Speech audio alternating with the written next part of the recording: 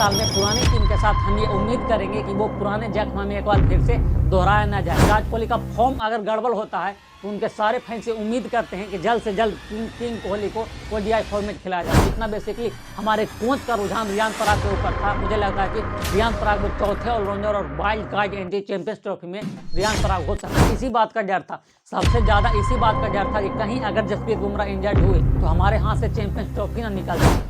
Roger Gavaskar trophy जीतने का हमारा सपना टूट गया है। WTC फाइनल खेलने की हमारी उम्मीदें अब खत्म हो गई है और सुबह सुबह 5 बजे उठ के मैच देखने की हमारी आदत हमसे रूठ गई है। हाल फिलहाल में इंडियन क्रिकेट में क्या हो रहा है ये किसी से छुपा नहीं है, लेकिन ये भूलना इंडियन फैंस के लिए मुश्किल और तब हो जाती है जब हम पीछे मुड़कर ये देखते हैं कि हम तो श्रीलंका से भी हार कर आए थे, हम तो न्यूजीलैंड से भी व्हाइट बॉस होकर आए थे और अब यहाँ पे रॉजर गवास्कर ट्रॉफी में पहले मैच जीतने के बावजूद 3-1 से सीरीज में हम पीछे हो गए। अब नए साल में पुरानी टीम के साथ हम ये उम्मीद करेंगे कि वो पुराने जख्म हमें एक बार फिर से दोहराया ना जाए। ऐसे में इन सभी जख्मों पे मरहम का काम कर सकती है आईसीसी चैंपियंस ट्रॉफी। हाँ, वही चैंपियंस ट्रॉफी जो कि हम पाकिस्तान से हारे थे। मुझे लगता है कि हम इंडियन फैंस से अगर पूछा जाए कि आपको WTC या फिर रॉजर गवास्कर ट्रॉफी या फिर चैंपियंस ट्रॉफी, तीनों में से कौन चाहिए, तो हम सभी इंडियन फैंस का एक ही जवाब होगा, वो होगा चैंपियंस ट्रॉफी। और मज़ा तो तब और आ जाएगा जब हम चैंपियंस ट्रॉफी का फाइनल ऑस्ट्रेलिया को हरा कर जीतेंगे, लेकिन उन्हें हराने के लिए हमारे स्क्वाड का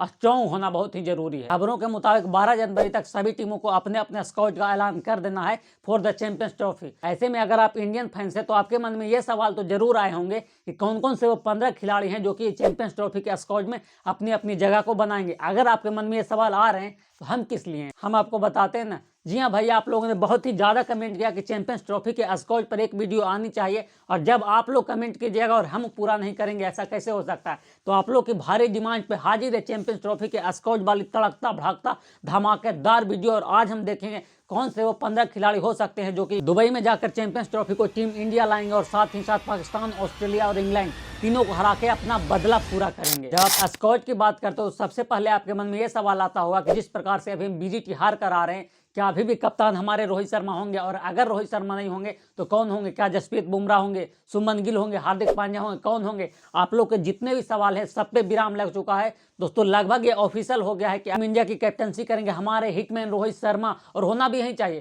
क्योंकि वो बॉल अलग है, फॉर्मेट अलग है, कहाँ टेस्ट फॉर्मेट, कहाँ वनडे फॉर्मेट, और स्पेशली तब जब हम 2023 में रोहित शर्मा की अगुवाई में ही बिना एक भी मैच हारे ओडीआई वर्ल्ड कप के फाइनल में पहुंचे थे। और ऐसे भी रोहित शर्मा के व्हाइट बॉल कैप्टनसी पे अभी तक कोई सवाल निशान नहीं आया है। चले हम स्क्वाड देख लेते हैं। हम आप फॉर्मेट देख लीजिए। सबसे पहले हम बात करेंगे बैटर्स की, उसके बाद विकेट कीपर, देन ऑलराउंडर, और सबसे लास्ट में बात करेंगे सबसे इंपॉर्टेंट सेगमेंट गेंदबाजों की, क्योंकि सबसे महत्वपूर्ण इस कड़ी में गेंदबाज होते हैं। बल्लेबाज आपको मैचेस जिताते हैं लेकिन गेंदबाज आपको टूर्नामेंट जिताते हैं। तो चलिए हम देख लेते हैं क्या हो सकती है स्क्वाड। सबसे पहले हम बैटर्स की बात करें तो मेरे हिसाब से 4 बैटर होंगे, रोहित शर्मा, विराट कोहली, शुभमन गिल एंड श्रेयस अय्यर। अब आप सोच रहे होंगे क्यों ना शुभमन गिल की जगह पे यशस्वी जायसवाल को खिलाया जाए, वो लेफ्ट राइट का कॉम्बिनेशन भी बना रहेगा, और दोनों जिस प्रकार से हिट लगाते हैं वो किसी से छुपा नहीं है। लेकिन ऐसा नहीं है, पूरा वर्ल्ड कप हमने 2023 का देखा था, शुभमन गिल ही हमारी तरफ से ओपनिंग किए थे, और ओडीआई में जितना भी शुभमन गिल खेले हैं अच्छा किए। मेरे हिसाब से शुभमन गिल ही बल्लेबाजी का दारोमदार संभालेंगे, उनके साथ हमारे कप्तान हिटमैन रोहित शर्मा होंगे। और जिस प्रकार से रोहित शर्मा का ओडीआई वर्ल्ड कप गुजरा है ना, वो मतलब कमाल का गुजरा था दोस्तों। उन्होंने 11 मैचेस में 597 नियरली 600 रन बनाए थे 54 के एवरेज से, और इतना अच्छा। अब टेस्ट में जो भी उनका फॉर्म रहे वो बात अलग है, लेकिन अगर आप वनडे की बात करिएगा तो वनडे में रोहित शर्मा की कोई शादी नहीं, वो 3-3 दोहरे शतक लगा चुके हैं। उसके बाद देन हमारे किंग कोहली, विराट कोहली, और विराट कोहली का फॉर्म अगर गड़बड़ होता है तो उनके सारे फैंस से उम्मीद करते हैं कि जल्द से जल्द किंग कोहली को ओडीआई फॉर्मेट खिलाया जाए, क्योंकि विराट कोहली का सबसे पसंदीदा फॉर्मेट जो है ओडीआई फॉर्मेट है। और उसमें भी अगर मिल जाए विराट कोहली, ओडीआई और ऊपर से आईसीसी टूर्नामेंट, तो मतलब ये कमाल का ट्रियो बनता है। क्योंकि पिछला बार हमने देखा था ओडीआई वर्ल्ड कप में विराट कोहली ने 11 पार में 765 रन बनाए थे, 95.62 लगभग 96 की एवरेज थी, जिसमें वो 3 शतक लगाए थे। और हाल फिलहाल में देखिएगा तो उनकी फॉर्म थोड़ी विराट कोहली की डामाडोल चल रही है। और अगर ऐसे में वो आईसीसी टूर्नामेंट में भाग लेते हैं, आईसीसी टूर्नामेंट में खेलते हैं, तो ये सबसे खतरनाक होगा बाकी टीमों के लिए, और टीम इंडिया के लिए सबसे बेहतर वाली बात होगी। देन बात करें हम श्रेयस अय्यर की, तो ओडीआई वर्ल्ड कप में तीसरा जो सबसे हाईएस्ट रन गेटर था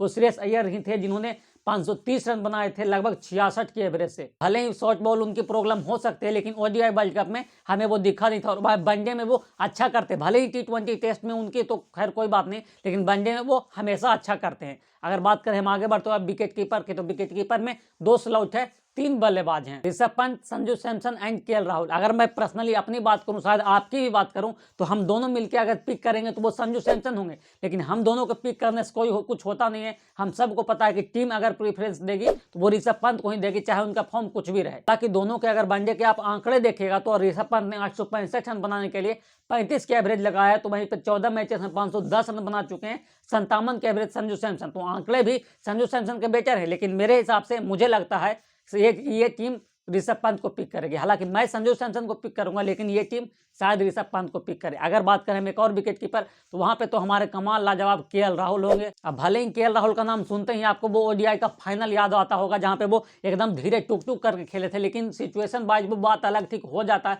लेकिन अगर आप नंबर 5 पे खिलाते हो केएल राहुल को, तो सबसे सुटेबल बल्लेबाज नंबर 5 के लिए आपके लिए केएल राहुल होंगे। लास्ट के 10 इनिंग अगर आप केएल राहुल को उठा के देखते हैं नंबर 5 पर, तो वहां पे वो 350 प्लस स्कोर है, 100 है। तो कुल मिला के आप कह सकते हो कि नंबर 5 पे केएल राहुल ने अच्छा किया है भी। इसमें कि हम सबको वो पता है कि केएल राहुल ने ओडीआई में नंबर 5 पर अच्छा किया है। अगर बात करें सबसे फेवरेट जगह हमारी टीम इंडिया के हमारे कोच गौतम गंभीर के सबसे फेवरेट सेगमेंट ऑलराउंडर की, तो आइए हम ऑलराउंडर देखते हैं। अब ऑलराउंडर की बात करें तो सबसे पहले जो हमारे ध्यान में आते हैं टीम इंडिया के हाल फिलहाल में सबसे बड़े ऑलराउंडर हार्दिक पांड्या, कुंफू पांड्या। अगर बात करें दूसरे ऑलराउंडर की, तो शायद टेस्ट में इन्हें पिक नहीं किया गया, लेकिन मुझे लगता है कि चैंपियंस ट्रॉफी में इन्हें मौका दे दिया जाएगा। जी हाँ दोस्तों, मैं बात कर रहा हूँ अक्षर पटेल की।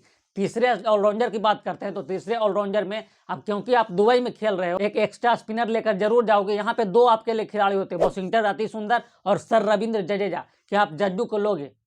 मुझे नहीं लगता कि जड्डू को अब लेना चाहिए, क्योंकि अगर आप अभी भी टीम में उन्हें सिलेक्ट करते हो तो ये साफ है कि आप किसी यंगस्टर की जगह को खा रहे हो। मेरे हिसाब से रविंद्र जडेजा की जगह पे वॉशिंगटन सुंदर खिलाना चाहिए, जो कि हाल फिलहाल में टेस्ट में भी अच्छी परफॉर्मेंस दे रहे हैं। और शायद दुबई की पिच, अबू धाबी की पिच ऐसी पिच है जहां पे वॉशिंगटन सुंदर को कुछ ज़्यादा एक्स्ट्रा मदद मिल सकती है, उनकी बल्लेबाजी से भी हमें इफेक्ट पड़ सकता है। हम बात करें एक और ऑलराउंडर की, तो क्या ये टीम रियान पराग को ले सकती है?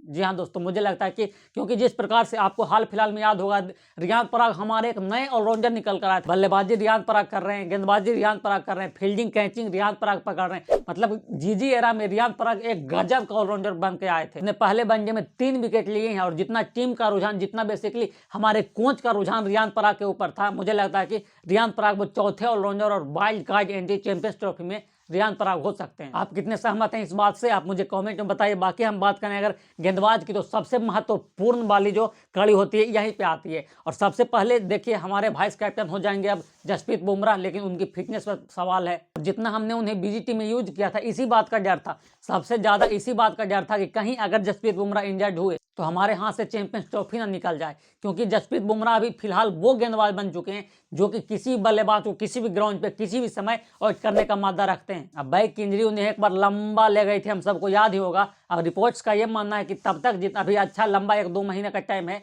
वहां तक शायद जसप्रीत बुमराह ठीक हो जाए। अगर वो ठीक नहीं होते हैं, फिर हमारी टीम के लिए हैरानी परेशानी सब कुछ बढ़ सकती है। अगर वो फिट होते फिर तो दोनों हाथ घी में हो जाएंगे। बाकी गेंदबाज की बात करें तो वहां पे मुझे लगता है कि मोहम्मद शमी को आप रखेगा, मोहम्मद सिराज को रखेगा, वहीं जो कि वर्ल्ड कप में तबाही आंधी आके रख दिए थे तीनों मिलके, वहीं गेंदबाजी क्रम आपको एक बार फिर से देखने को मिल सकता है। और उसके बाद स्पिनर्स आपको देखने को मिलेंगे आपके कुल के दीपक, कुलदीप यादव। अब बैकअप अगर बात करें बैकअप पेसर की, तो मेरे हिसाब से आपके पास खासा कुछ ऑप्शन है नहीं। आप अर्शदीप सिंह को लेफ्ट आर्म पेसर ले सकते हो, क्योंकि वो T20 में अच्छा कर रहे हैं। T20 वनडे फॉर्मेट दोनों लगभग सेम होता है, आप अर्शदीप सिंह को लेकर जा सकते हो। तो दोस्तों, ये तो था चैंपियंस ट्रॉफी 2025 के लिए मेरे हिसाब से टीम इंडिया का स्कोर, जो कि आप कह सकते हो कि लगभग सिमिलर आप कह सकते हो वो 2023 वाली ओडीआई वर्ल्ड कप से समान। 1-2 खिलाड़ी इधर उधर, बाकी सब वही हैं। आपके हिसाब से कौन कौन से खिलाड़ी को मौका मिलेगा, आप मुझे कमेंट में बताइए। बाकी दोस्तों, मिलते हैं हम एक और वीडियो में, तब तक के लिए thank you so much, take care, good bye.